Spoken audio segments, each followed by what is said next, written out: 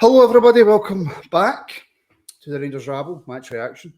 Motherwell free, Rangers free, Motherwell nil. Goals from Morelos, Goldson, and Tillman secure a really comfortable victory. But we'll do a wee deep dive into the game and the performance and some individual players. I am joined again by Stu. Stu, are you feeling any better? I've got worse during that time, but we won, so that makes me feel a little better. And welcoming back from the pub, Craig. Craig, how are you? Yeah, just raced back from the pub, so I was hoping I didn't miss anything in the 5 minutes before I left to get back here on time. Thankfully, nothing, so all good. No, you didn't. Apart from Matondo's goal, I don't think we really missed anything in the second half. But anyway, we'll get into that. Thank you so much to everybody for joining us, as usual. Like and subscribe and follow on all platforms, especially on YouTube as well. We're hoping to race towards 10,000 subscribers. Right, Craig. A comfortable win. We didn't start the game particularly well. The first goal sort of came against the run of play, in my opinion. Then we kind of picked it up enough. We got our goals. The game finished 3-0. What's your thoughts? Comfortable for 80% of it. There's a few nervy moments. I took some notes while I was in the pub. It's on my phone. So that tells you the part of the first half. That tells you enough that I was able to take notes on my phone. Yeah, there's a few moments where a better team would have sort of capitalised, but we'll take a 3-0 and roll on to Monday. Is it a good thing, Stu, that we're now in a position where a 3-0 win is deemed just good enough? Is that not a positive thing? It is a positive. I mean, 3-0 should be our sort of, I think, the score we average in this league. 3-4-0 is what we should be aiming for most weeks. It's, for me, the positives are that we're steadily progressing under Beale, which isn't easy to do. I know it sounds like he's going to come in and flick a switch, but we know, we said it earlier, we know that there's surgery needed. So to come in and already we've been through a little bit of a mini roller coaster under him. We've proved the mentality of the team. We've started scoring goals from corners, which we couldn't do before. We've winning games in the last minute, which we couldn't do before. And now, today was it slowly coming together in terms of performance and the result. We got the clean sheet, like Craig said. There was a few nervy moments, but I think Curry sort of summed up there. Although we did have a few chances against us, I think it could have been a lot more today, and that is a big positive for me. Yeah, it's a massive positive considering the last time I think we were 2-0 up against them at Ibrox. It finished 2. So yeah, massive positive. Everybody watching, whether it be on Facebook, Twitter, or YouTube, get your comments in. The best ones I'll read out. Get your thoughts on the game. Let us know what you thought. If you agree, disagree with us, no doubt you will probably disagree, because if we're all being honest, we've not got a clue what we're talking about. We just come on here and absolutely wing it. So, Jordan Mack, don't know what was worse, the quality of Scottish refereeing or Rabbi Matondo. We'll come on to Matondo, trust me, we'll talk about him. But Craig, Jordan's mentioned the referee there. We don't usually talk about refs on this unless it's absolutely necessary.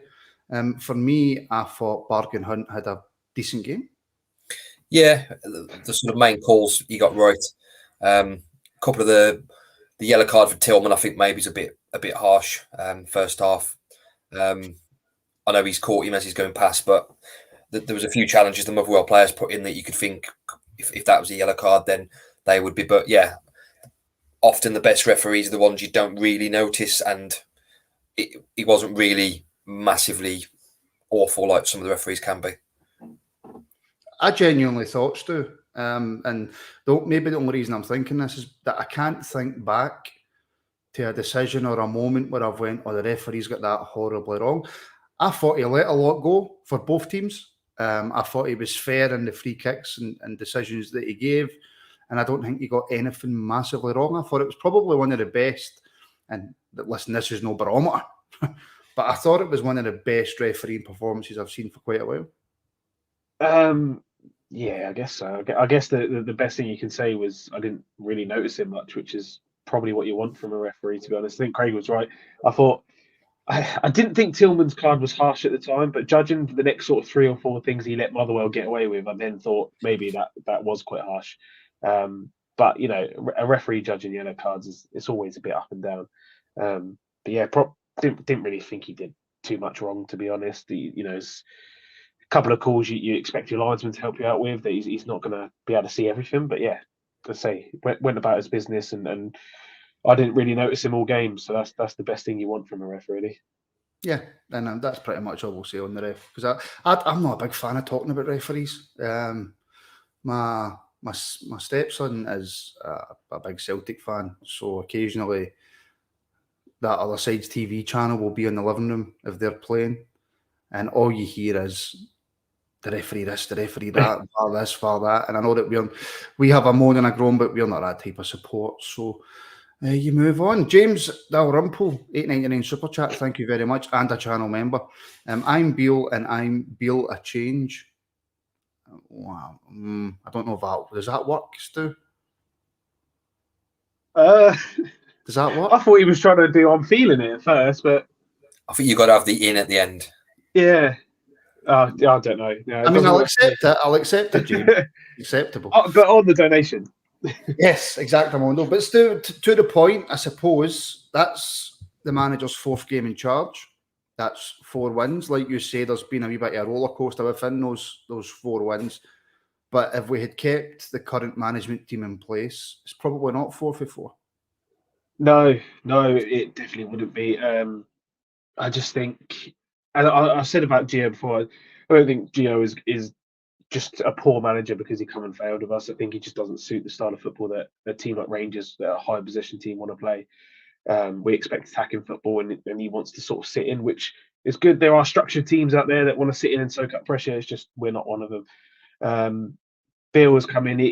The good thing about Beale, and I sort of moaned about the process more than anything of when we appointed Beale. I wanted us to at least go for other managers and get them in, talk to them. And if after that they said, you know what, it's Beale, then fair enough. But once they did confirm it was him, and I was all in because he gets the club. And the way he talks, you can understand he gets the club.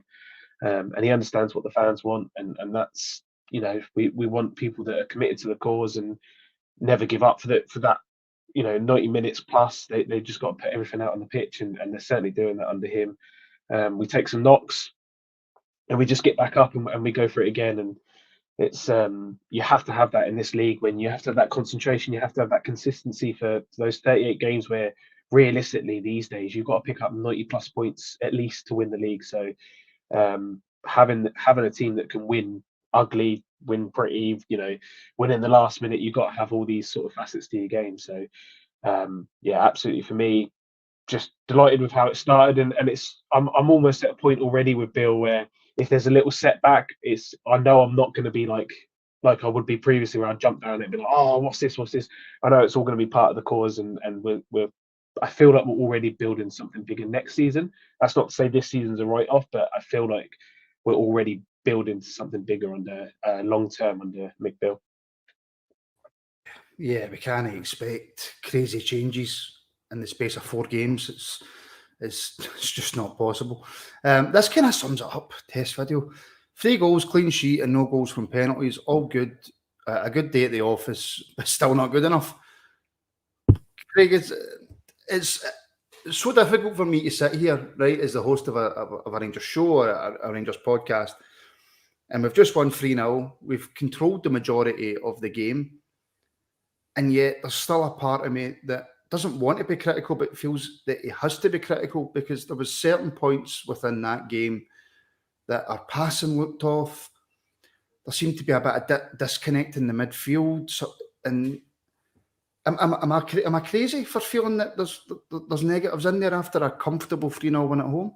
No, because I think if anyone thinks Beale's going to go home tonight and think that was a good performance, then they're wrong. I think even he will see that there was bits there that were poor. Passing was off at times.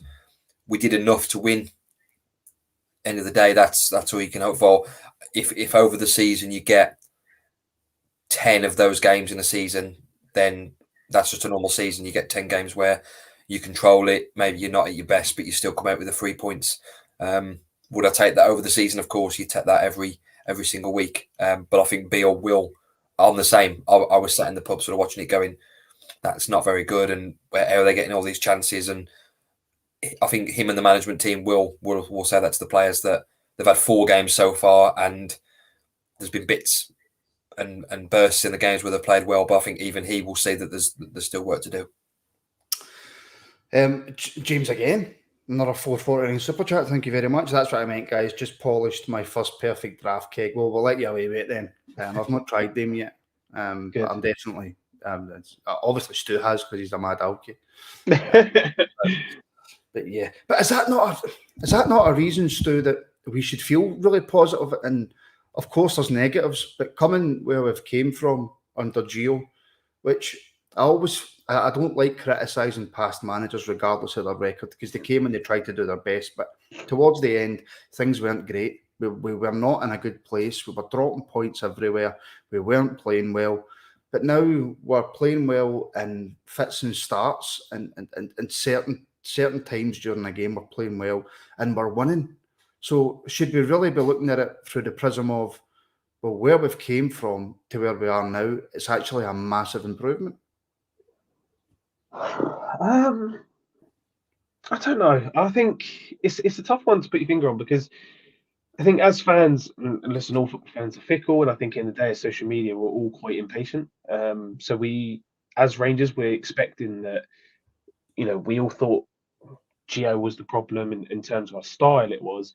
And that once we got rid of that problem, we'll just go back to trouncing teams every week and everything will be rosy. But it's not as simple as that. The team has stagnated quite a lot over the years. It's pretty, if you put up any team sheet from 3 or 4 years ago and you put up the team sheet tonight, there's not that many difference. There's not that much difference in the players that are involved. I think this is the start of a project now that's going to take some time to sort of reach its conclusion under Bill.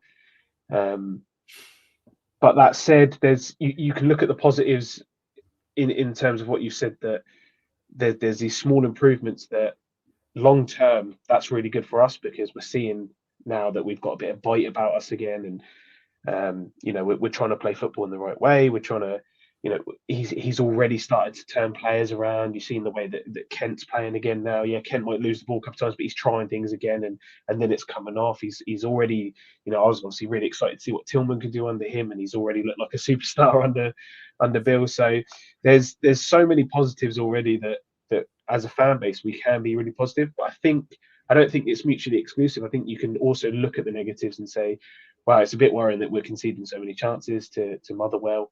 Some of them were really slack chances and coming from a lot of slack passes at the time.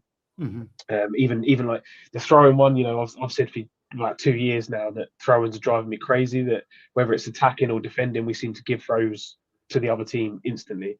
And that actually led to the Tillman booking early on. So yeah, there's things we've got to work on, but that's things you're going to expect under a new manager. It's a completely different style of football, and the players are going to take some time to get used to it. That, and they've got to get their confidence back. They're some of them are carrying knocks, some of them are coming back from injuries. So all in all, for me, I'd love to, I want to look and concentrate more on the positives, but we do have to be aware of some of the negatives, because like people have said, a really good team could have hurt us today. And unfortunately for us, we've got a half decent team coming up, so we've got to be we've got to make sure that those negatives aren't there when we play them.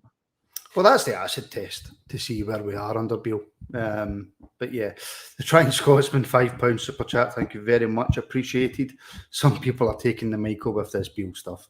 It's not going to stop. It's really not going to stop. I appreciate your support, Trying Scotsman. Right, okay. So, Craig, going into the game, I think we were all positive that we were going to, get the win. The big question was it going to be the performance that we wanted to see for the players?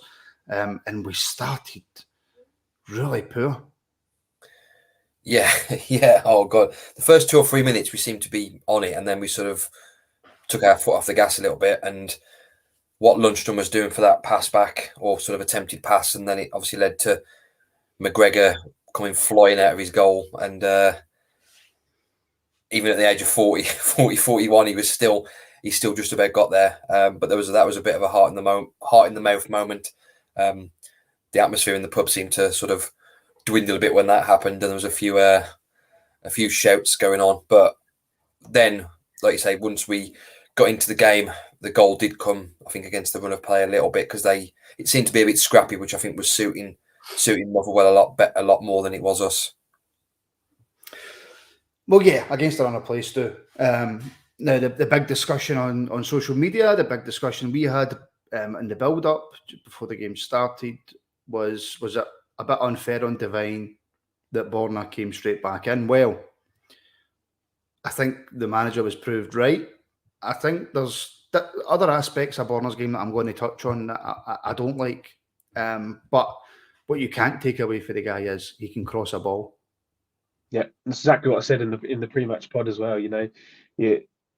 As good as Devine has been, and I said I don't think he could have done any more. You have to put Barisic back in for the balance of that team and the fact that he can deliver balls out from the left-hand side. And I mean, I've seen Barisic put in some unbelievable crosses in his time, but that's top 3 maybe for him. That was unbelievable.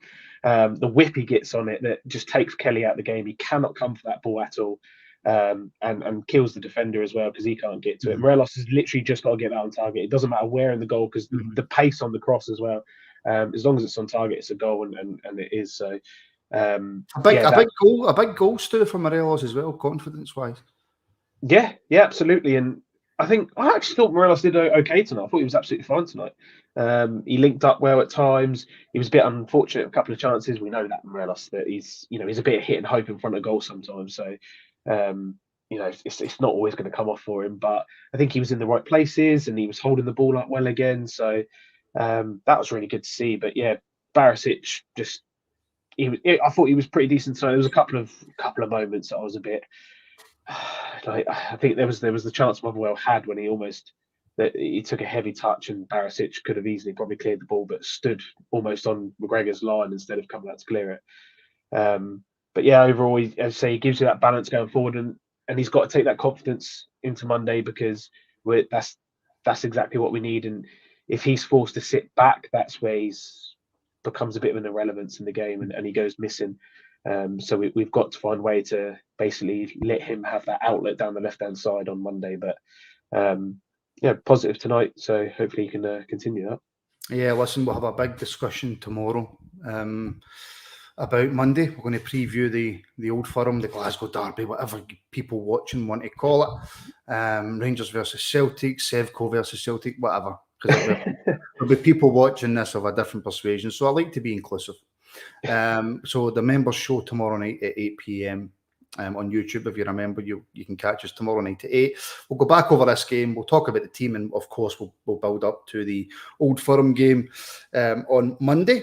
Tomorrow will be the last show until Monday. Just this time of year, it's really difficult to get people available for shows, with it being New Year, Christmas, etc. So tomorrow we'll be the members, and then we'll be back for build up on Monday, and then hopefully everything gets back to normal. Aldo in the comments, did Borna Barisic get a brace? No, I've tried to be fancy with the title. Borna back with a brace of assists. I don't know if that actually works or if that's correct, but I thought, do you know what? For once, I'm going to try and be fancy because it's usually Stu that comes up with the fancy titles. I've completely lost where I was because I've had to. That's what it was, Craig. The two sides of Borna. Now, there was a point in the game where the ball breaks to, I think it's Shields in the box. Shields takes a very heavy touch heading towards goal, and Borna just stands there.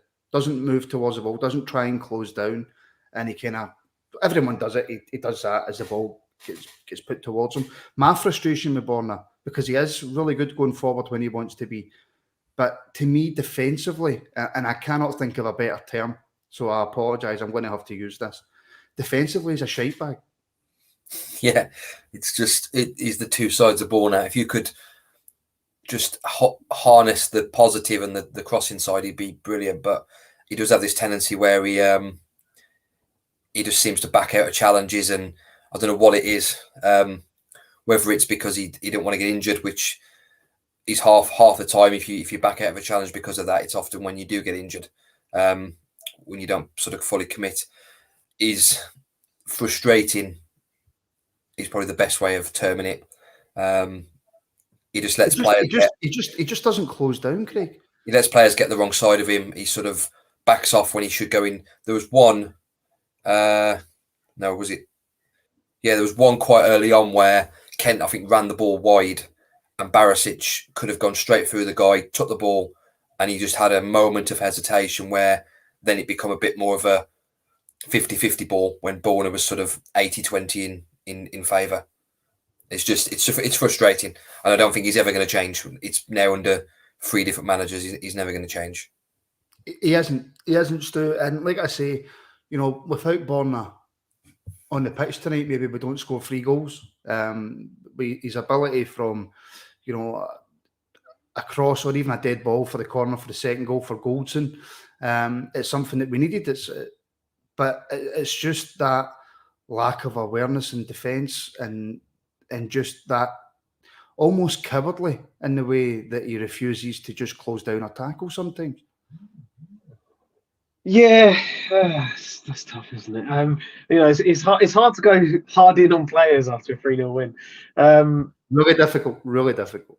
Yeah, the thing is with Borna, I just get flashbacks to previous Old Firms when players come across him, which that's my fear of him is this lack of closing, this lack of awareness defensively. But you sort of you take that when you buy an attacking fullback. It's the same with Tav on the other side. They are a bit defensively lacking because you get so much out of them attacking wise. If you watch any of the English Premier League, you'll see similar stuff with sort of Trent Alexander-Arnold. He's unbelievable going forward, but again, he can be found lacking at the back. So I do think, obviously, long term, our plan is a different left back because we've got one. I do think right now Borna is the option we have to go with because we need a left back out there, and you've seen what he can offer us going forward. So yeah, it is a worry, but hopefully it's a thing that Beale spotted as well, and he's drumming that into him every day. He's obviously only just back from the World Cup, but just back properly into the team and training and stuff. So this game I'm going to give him the benefit of the doubt. I just want to keep that positivity going. So I know, the only thing for me is you get away with that against Motherwell, but it's been shown in the last few Glasgow derbies.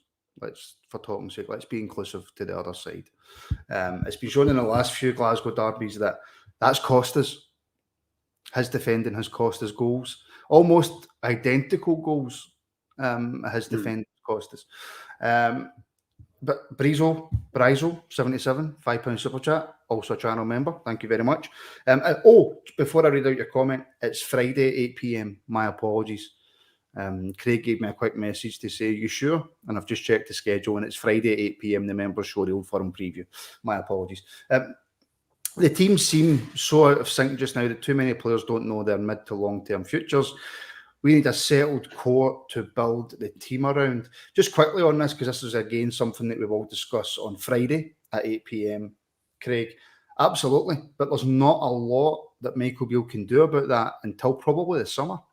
No, and I think he's alluded to that in his press conference this week, where he sort of said that there's 2 or 3 players on loan. There's a few players that are going to be out of contract. So if anyone is sitting there thinking he doesn't know the size of the job he's got, then they're kidding themselves. I think before he took the job, he would have known the rebuild that's going to be required, not even in January, but the summer, and probably the summer after as well. It's probably not going to be fixed in one summer's transfer window.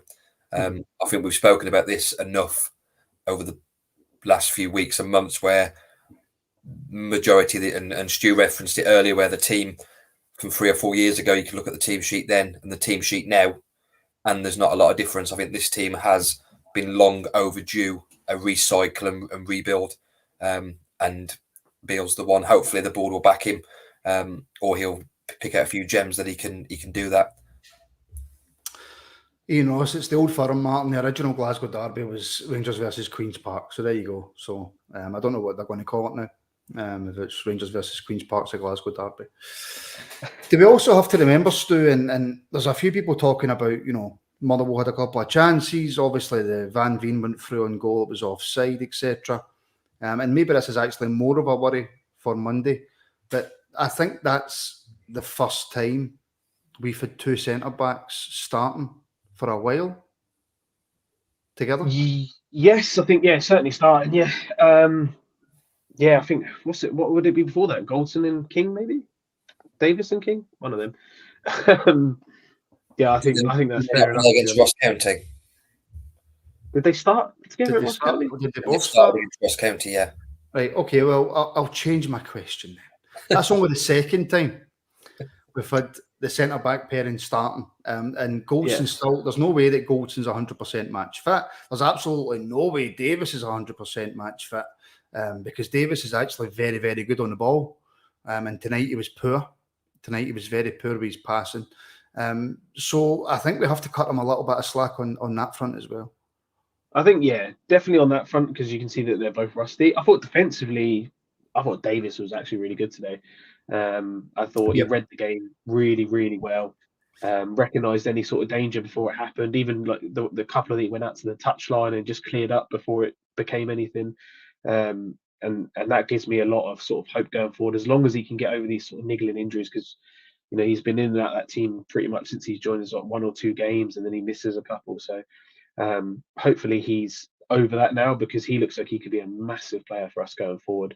And if we can get Goldson back to anywhere near his best, then we're going to have a serious partnership there, which is really good, because it means it's one less position that we need to worry about in the future, when we're going to go out and hopefully sort of refresh some of this team. But I was really pleased with them both today. I say I don't think really the chances came through them.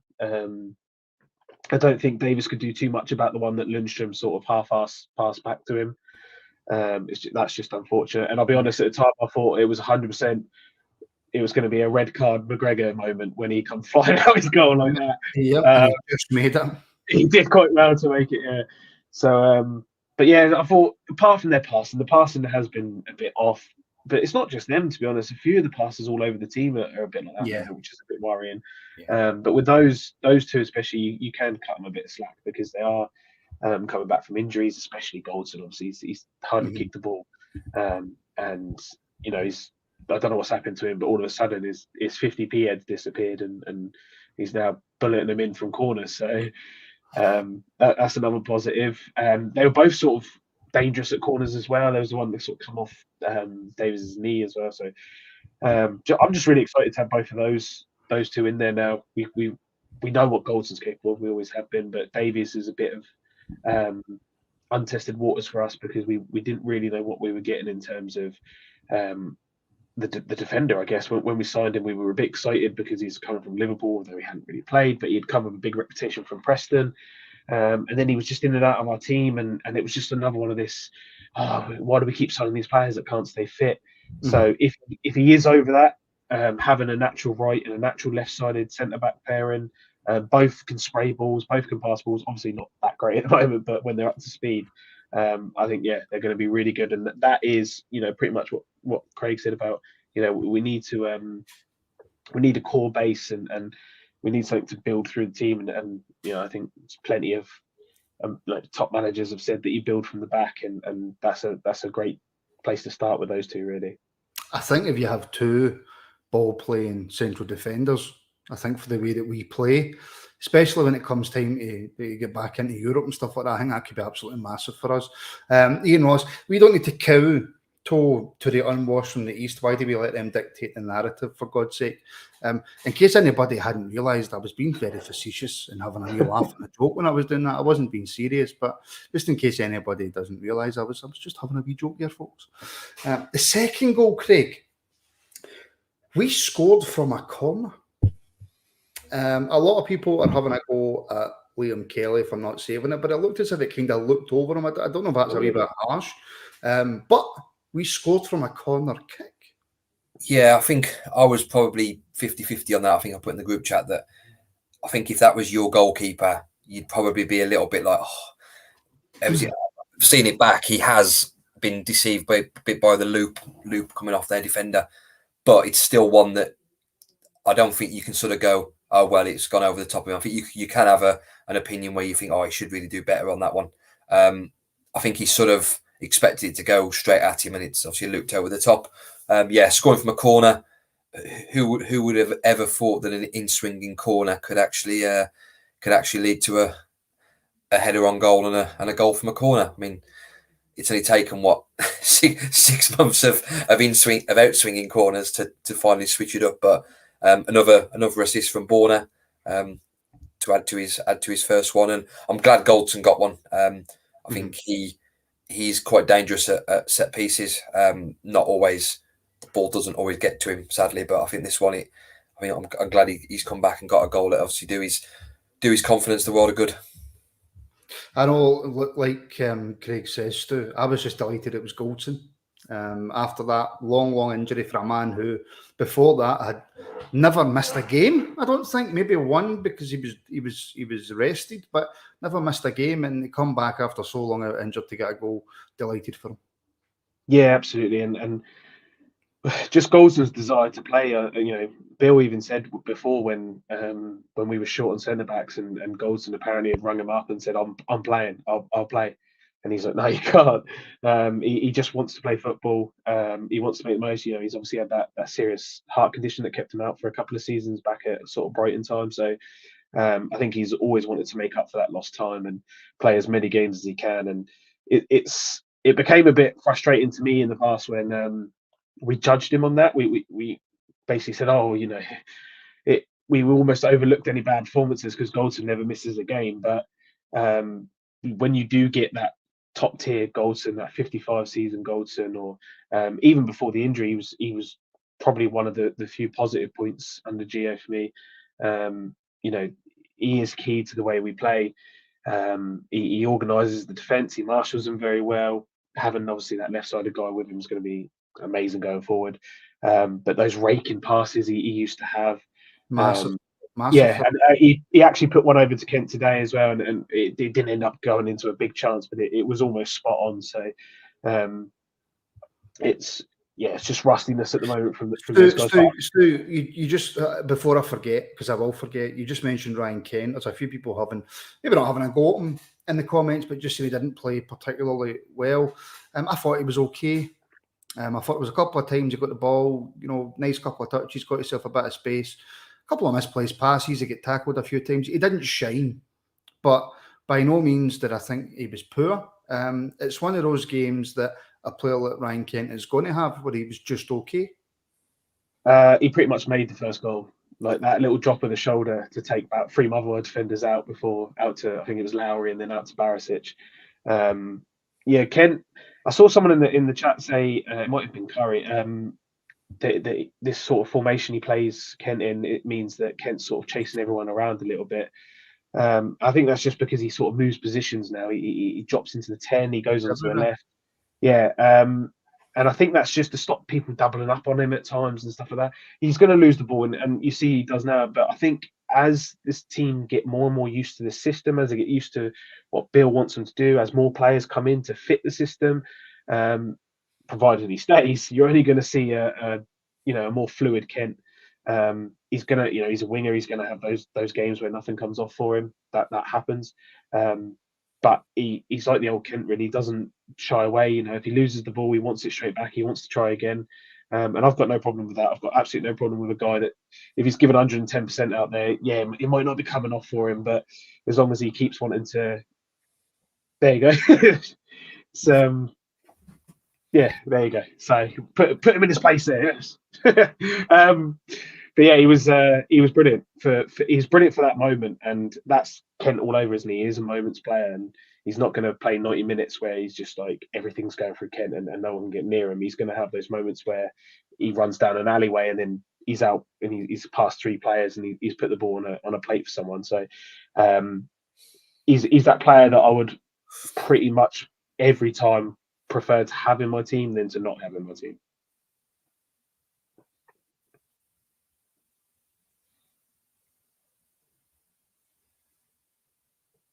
Am I the only one that can't hear you? I'm on mute. Sorry, my fault. I think it might get gone off. Craig didn't even react. So I was No, maybe you're just going deaf for that. Yeah, that's what I thought. What end product does Kent have? Nobody can answer that. When it comes to finishing, when it comes to shooting at goal, he has zero. Absolutely zero end product. apart from the occasional times where he does score a lovely goal, I would say like 85-90% of the time, his end product when it comes to shooting and finishing is atrocious. And I think it's probably past the point now where he could probably work on that to make it better. What is Kent now, 25, 26? 26, I think. Yeah. Because I'm pretty sure coaches have been trying. I just don't think that's going to come. But I would say more often than not, he's a good crosser of the ball. He's got a good final pass. I know sometimes he's passing in midfield when he's trying to link up can go a bit awry. But I don't think so much, Craig, that his end product's that poor from through balls and crossing and stuff like that compared to shooting. No, we won't talk about his back passing either. No. Yeah, Kent's a bit of an enigma in that. He really should be getting playing in the Scottish Premier, should really be getting 15 goals a season easily. If to sort of back up his talent, he's got all the talent in the world. If he's shooting and his end product was perfect, he'd probably still be at Liverpool. He's the honest answer. There's probably a reason why he's not playing for Liverpool or one of the top six Premier League sides. Shooting is something that is infuriating, and when it does come off, you think, well, why does he not do that all the time? I agree. His crossing is probably 80% of the time pretty good. When he's on it, he does come up with a few. There was a couple earlier in the season where he put a good couple of balls in and assisted a few goals. I think his assist is actually better than a lot of people think it is. And I think a lot of people do focus on his goal output, which for a winger is obviously one of those things that he really should be improving. But is he going to improve it at his age? Who knows?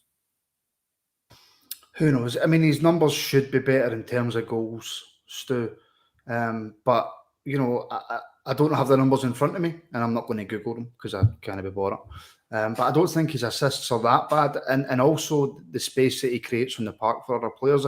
I don't think there's a couple of people, somebody has actually said that they've no idea how he's a footballer. That's just ridiculous. I think on his day, he's an absolutely cracking player. I think on his day, he's probably one of the top 3 players in Scotland. And we're mainly talking about us and them really in terms of those players. But he has all the talent in the world. His finishing has always been wayward, to say the least, which is frustrating because every now and then he pulls out something that's unbelievable. I think remember against Hibs, that one where he sort of 2-step overs, cuts in the pitch, and sort of it's almost that slice off the left foot into the bottom corner. So yeah, it's a bit frustrating when he then misses an easy one. But like you say, he's so much more than a player that just than a winger that's going to just run down and cross the ball. He creates chances, creates space. These little chop backs he does, that's not just to trick the defender, that's giving our players more time to get into the box. It's pulling their defenders all over the place. It's the reason that 2 or 3 people team up on him all the time because they know how dangerous he is. You know, you've only got to look back to games like away at Dortmund and they couldn't live with him. Unfortunately, in Scotland, not many teams play that attacking style football against us. So against a low block, it's very hard to run at people because they don't give you the space in behind that other teams will that come at you. But that said, I think when you see him link up with Lowry, it reminds me a bit of like Tom Lawrence early in the season when Kent and Tom Lawrence play close together. They trust each other enough to play these little intricate passes, and those little 1-2s open up so much space. It's something I've wanted us to do for a long time, is just play those quick 1-2s. Even if they don't come off, sometimes they deflect across the ball pitch and they're so out of position that someone else gets a chance. He had that with Lowry today, and although Lowry didn't shine, didn't do anything wrong, but he wasn't outstanding or anything. But he's someone that always wants the ball, and he's someone that the players trust already, I think. So when you see Kent, I don't see Kent giving the ball to too many players in tight areas, but he will do that with Lowry, and Lowry will do it back to him. So yeah, and when you're going up against like that lot on Monday, Kent is key in those sort of games, and he's proved that in the past. So yeah, a couple of the, I mean, I get a couple of the comments saying that they want a bit more from him. I think, like you said, not many people actually probably realise his actual output. So I do get the ones that are moan about his finishing, but the ones about how he's a footballer is a bit of a joke, to be honest. Yeah, I think it's over the top, and I don't think it's very, very fair. Craig, man of the match tonight for me. I know you got Rangers TV man of the match, but definitely man of the match tonight for me was Malik Tillman. I thought he was excellent. I think Beale probably knows how to get the best out of him, and he took his third goal brilliantly. Yeah, I mean, we had a couple of ropey moments before the goal. McGregor again come flying out of his goal, and I think he had a moment where he sort of thought, "Do I grab this?" And I think if he had grabbed it, he would have probably come out of the box with it, or maybe in his mind he thought that. But yeah, Tillman's goal, I didn't actually realise until afterwards that it was. I sort of saw the last little bit of the build-up, but I didn't actually realise that. From what I gather, it was quite a lot of patient build-up from Rangers, which we don't really get. Was it 16, 17 passes, something like that? Yeah, we don't normally get that. It's normally sort of put it forward as quick as we can. But yeah, Tillman was a great. I wouldn't say great finish. It's one that you'd, from that far out, you sort of expect him, but he's obviously got to put it right in the corner past the keeper, and he's just showing his quality and what he can do. There's a bit, and I think it's because he's a young lad. There is still that frustration where, and maybe it's because of the teams he's playing against, where he doesn't show that as much as you sort of want him to. But I think that will come. I think if he's with us next season and he's had a season of Scottish football, I think he could actually be a pretty top player in the league next season, in my opinion. I think he shows it more than what people actually realise that he shows it to. It's very, very difficult to get the ball off. When he goes into tackles, 95% of the time he's coming away with that ball. His passing's usually on point. At one point in the night, there was a phenomenal wee back heel to set up Alfie. Alfie should have scored. And of course, he scored the third goal. And he took it so nonchalantly. I think he's an absolutely outstanding football player. He is. He definitely is. He was one that I was a bit gutted when his form dipped a little bit, to be honest, before Beale came in, because he obviously had us all excited early season. And then the form sort of fell off a cliff.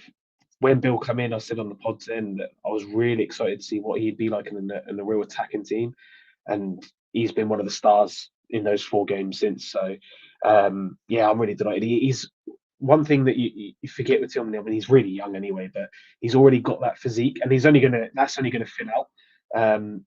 And obviously, you can't teach natural physique. It's like Bassi, like Aribo, that you can't teach the size of those guys. They just are that big. And Tillman is someone that sort of carries that trait as well. He's really difficult to get the ball off. He's strong. He's quite quick, to be fair. But it's just his quick thinking, is the way he can just keep the ball. Like there's a couple where the Motherwell player almost looks to get away, and he just dangles a foot out and just wins the ball back, and he's back off the other way. Amount of times the ball would be pinging about, and instead of just sticking a foot out, he's trying to do something with the ball, whether that's pass it through to someone or just get it back into space. There was a couple, like I think one was drilled into him, sort of in the air at one point towards the right hand side of the pitch, and he just guides it with the instep of his foot back out to Jack. I think it was. It was just really good. He's just a really talented player, and he is proof for me that this loan to buy market can be used for good.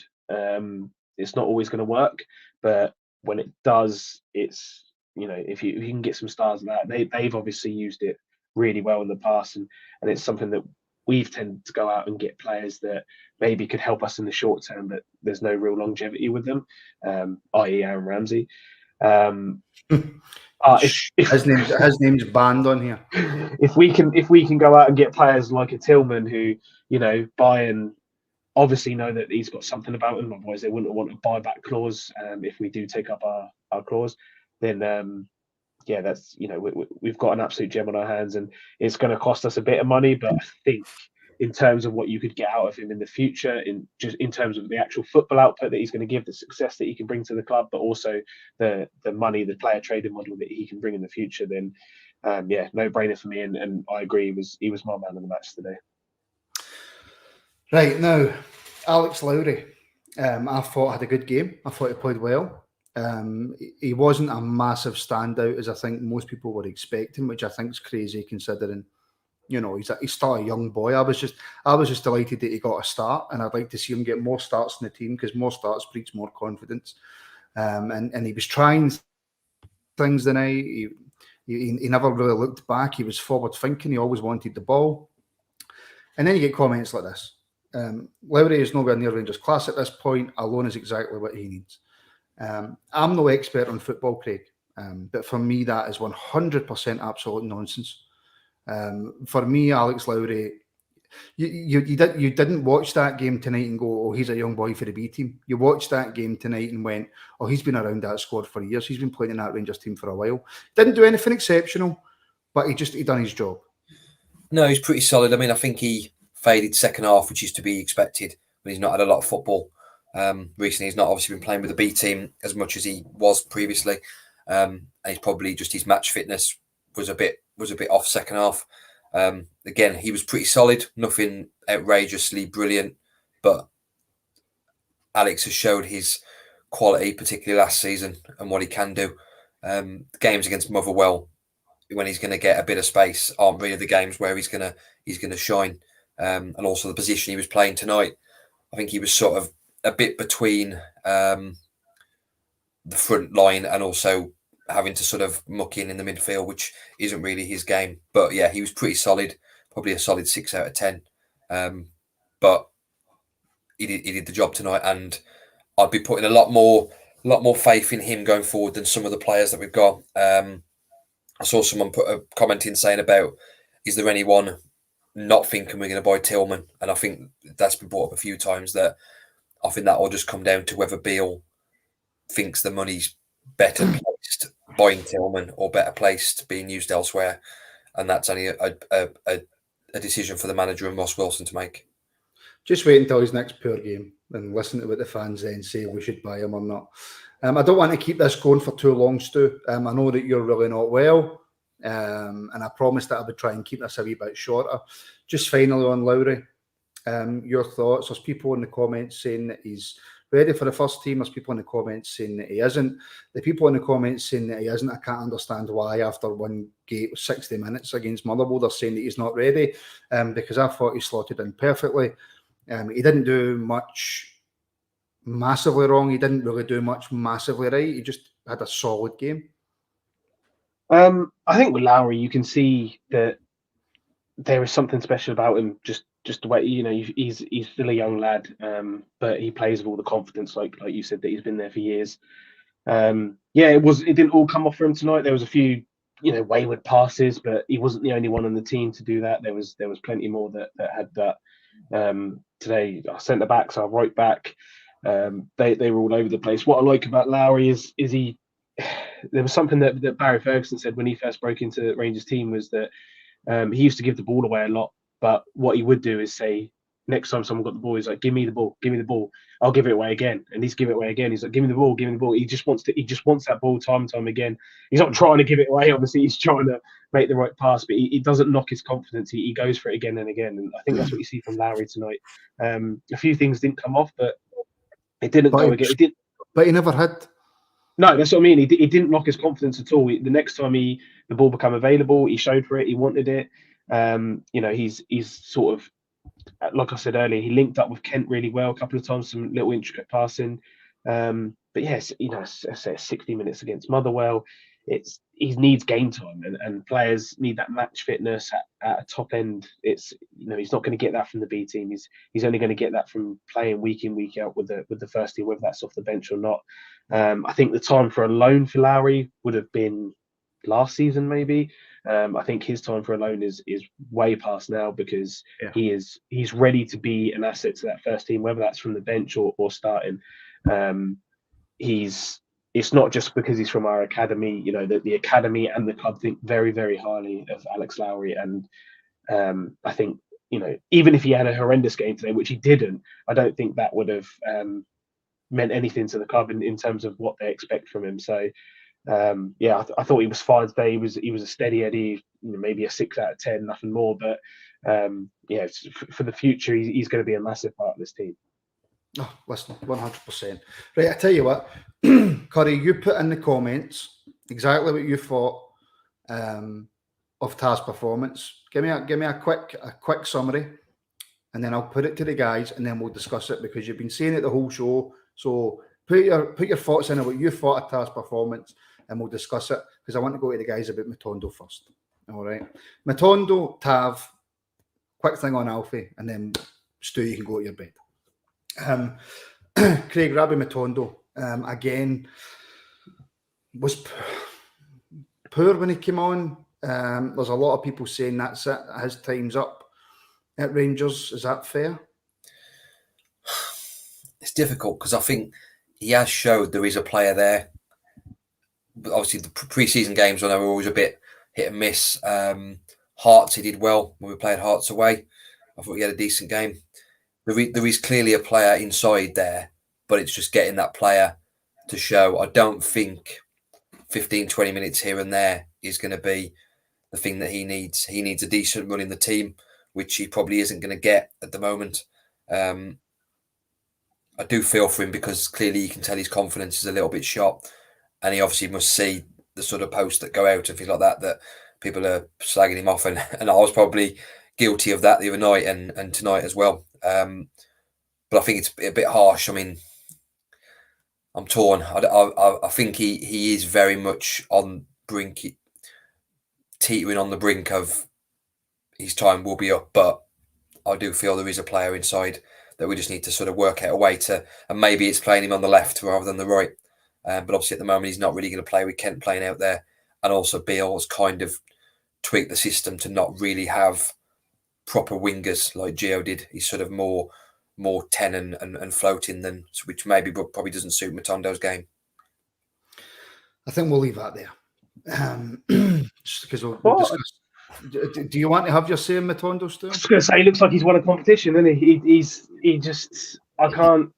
I've stuck up for Matondo quite a lot because I think he's young and he has been in the Man City Academy. Schalke paid a lot of money for him. So I think that there's got to be something there. I agree with Craig. His confidence is shot to bits. People have said before that he needs starts. Unfortunately, he's not going to get starts now. He now needs to perform off the bench because that's the only chance he's going to get. And I wouldn't be surprised if we maybe look to loan him out in January to make room for someone else, which I think is honestly probably the best chance of him salvaging a Rangers career is to go away for 6 months, produce it somewhere else, and then come back with sort of a fresh mindset. Fair enough. I'm going to reserve judgment, but because I'm a nice person. So there we go. Right, Stu, Curry Muncher. Talking about Tav, this is Curry Muncher's opinion. He was shite all over the pitch, including dead balls and even throw-ins. Discuss. He's been poor all season for me. From day one, just these under-hit, misplaced passes again and again and again. I won't blame him for the throw-ins because I just don't think we as a club, I can't remember. I'm just accepting now that we've never been good at throw-ins in our history. I just think that's it now. We never will be. But yeah, his balls into the box have been pretty poor.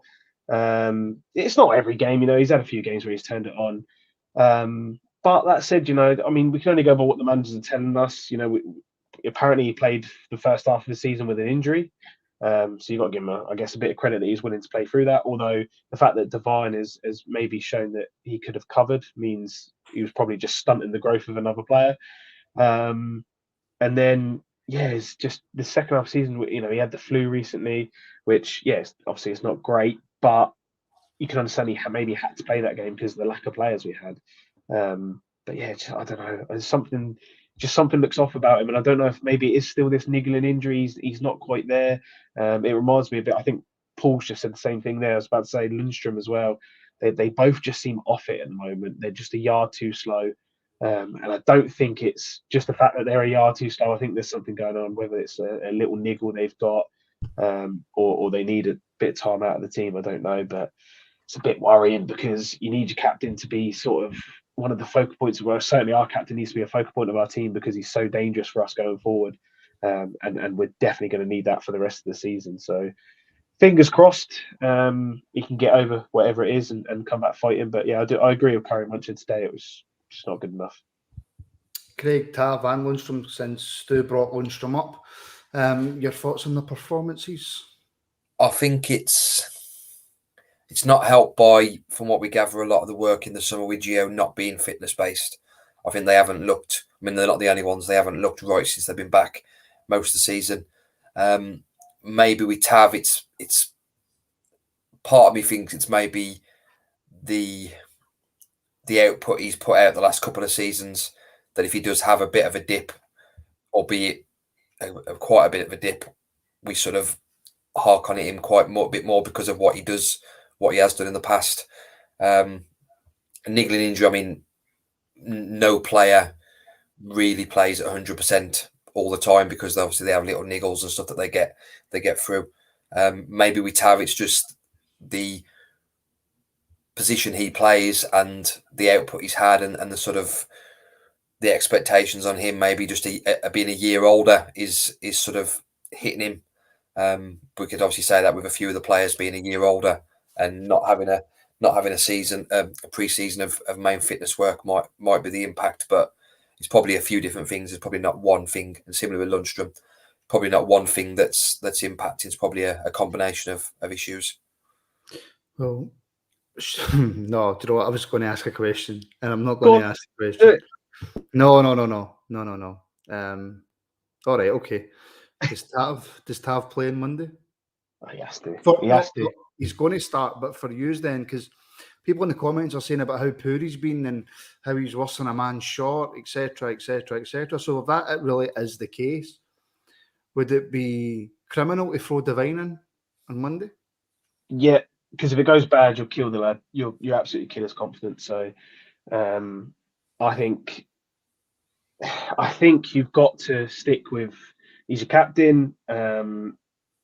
You've got to remember as well, Devine hasn't really played right back. He certainly hasn't started as a right back. He's played 4 games as left back, which he did really well in. But he didn't really have much to do when he come on tonight. He didn't really get down. He gave the ball away a few times. Yeah, he didn't get down and bomb any crosses in that we all went, oh God, we can see what he's got here. So it's going to, Devine still needs time. I know we're all excited and we have a right to be excited by what he's got, but he still needs that time. And, it's not ideal going into the Old Firm with, just the one right back and just the one left back, like senior players. But that's what we've got, and we've got to make the most of it. And Tav has got he's got previous for turning up in these games, so we just need to hope that he's gonna do it again. There's absolutely zero chance you play Devine on Monday. Absolutely zero chance. I just thought I'd throw that to you to see if any of you would say yes, so that I could slag you forever, never. Finally, Craig, I haven't obviously seen the Gaffer's post-match interview, so if it's been spoke about, I apologise to everybody watching. Morelos seemed to come off with an injury. If anybody in the comments could update us if there has been anything spoke about it. If there's been nothing spoke about it, Craig, and Morelos has come off with an injury and Cholak's not ready, we're in a spot of bother. Yeah, I mean, hopefully it's just a bit of a knock that he's taken and he sort of took him off for as a bit of a precaution. Obviously, we're 3-0 up at the time. You wouldn't really, if he's got a little niggle, you wouldn't want to keep him on. And I know, did Beale say that he'd been playing through a niggle the last couple of games anyway? So maybe that's an impact that he's thinking, right, I got one sub left. We're 3-0 up at home. There's no danger keeping Morelos on. I'm surprised actually he didn't come off with as one of the 4 subs. Obviously, when Sakala come on, I thought we were talking about it watching the game, and I thought he would have been the one to come off. If it's a hamstring, then obviously is that right? Is that what he said? I haven't seen anything. Let's just hope that Cholak or Roof or somebody's fit for Monday. Then in that case, because I think Morelos played well tonight. I think he was not back to his best because he hasn't been for a little while, but he was a lot closer than he has been this season, and he seemed a bit more up for the game. Obviously, he had a couple of chances he scored. I think the goal early on will only give him confidence, and I think then he was really unlucky not to get one in the second half when he backheeled it past the keeper, and you're just waiting for it to drop into the net. But yeah, Alfie did look somewhat Buffalo tonight.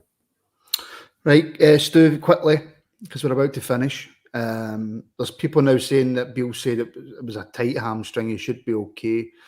But a tight hamstring going into that game doesn't fill me with confidence that he's going to last the full game. That's slightly worrying considering Cholak's had no football for a month, I think, now. And we don't know if he's going to be 100% fit. Sakala proved again tonight that he can't play through the middle. I tried to ask about that before the build-up, and you you struck me down, and you were quite right. I don't know when we're going to see Kemar Roof, and even if Kemar Roof was to somehow magically start on Monday, I would be amazed if he lasted more than 5 minutes without getting injured. He'd probably get injured coming off the bus. So it puts us in a tricky situation. Yeah, hopefully it is just a tight hamstring. It might not, it might just be something he's felt and he didn't want to risk it with such a big game coming up, which is what I'm hoping. I agree with Craig. I thought he had a really good game tonight. He was, not back to his best, but he was back to somewhat of the Morelos we all know, getting into the right spaces. Yeah, okay, the finish was pretty shocking for the Tillman chance, but he was there. He was just sniffing up that chance. Some of his link-up play was really good, and if he can take that sort of form into the Old Firm game, then we're gonna, it's going to improve our chances. In terms of alternatives, it can't be Fashion for me. I think someone's mentioned Tillman, and I think that might be the best option because Tillman, I think, like you said, I think Bayern signed him as a striker. If they didn't, he can certainly play as a striker. And he, he's a big physical guy, so he can get involved a bit like Alfie can, maybe not to the extent, but he's probably going to be the best option we have, unless we start with Morelos. If it's a tight hamstring, we start with Morelos, and hopefully Cholak or Roof are back, and we only need them for the sort of last 15 minutes. Or if we're winning, then you do chuck Sakala up there just to chase down the lost causes and put their defence under pressure to try and maybe soak up the last few minutes of the game. But I'm not going to lie, it was a bit of a worry for me because I thought he had a good game, and it's all you need. And he finally sort of starts to turn that corner, and then he goes down off the ball, and it's always the worst when they go off the ball. So hopefully nothing to worry about, but I'm sure we'll find out very shortly. Yeah, we'll find out on Monday when the team sheets. Yeah. Right, okay. We'll finish with Curry Muncher. I am pleased with another win. Clean sheet and 3 goals and a semi-decent performance from the majority of players. Need 100% in the next one to keep the league alive. Less than 100%. If Celtic win on Monday, it's over. We need to win. I don't even think a draw's enough, to be honest. But however, like Curry says, a decent performance, a decent win, a clean sheet. Players get more minutes in the legs. We've got a defence again. Things are definitely looking better. Stu, Craig, thank you very much. Thank you. Thank you to everybody watching. Again, if you're watching on YouTube, please do like and subscribe. It massively helps us on our way to 10,000 subscribers, which would be insane. You can also, if you want even more content, join as a channel member. All the links for that are in the description. Follow us on all the socials. Follow us on Facebook as well, where you can watch the shows. You can download all the shows, Acast, iTunes, Spotify, all that good stuff. We'll be back on Friday. Thank you, Craig. Friday at 8 p.m. for our members show, where we will preview the Old Firm. And for those of you who just watch on regular YouTube, we'll be back on Monday about half an hour before the game, before build-up. Keep an eye on our community pages and stuff like that, so you know when we're going to go live. So thank you for watching. A good win. I'm happy. I'm going to bed, and I'll see you all very, very soon.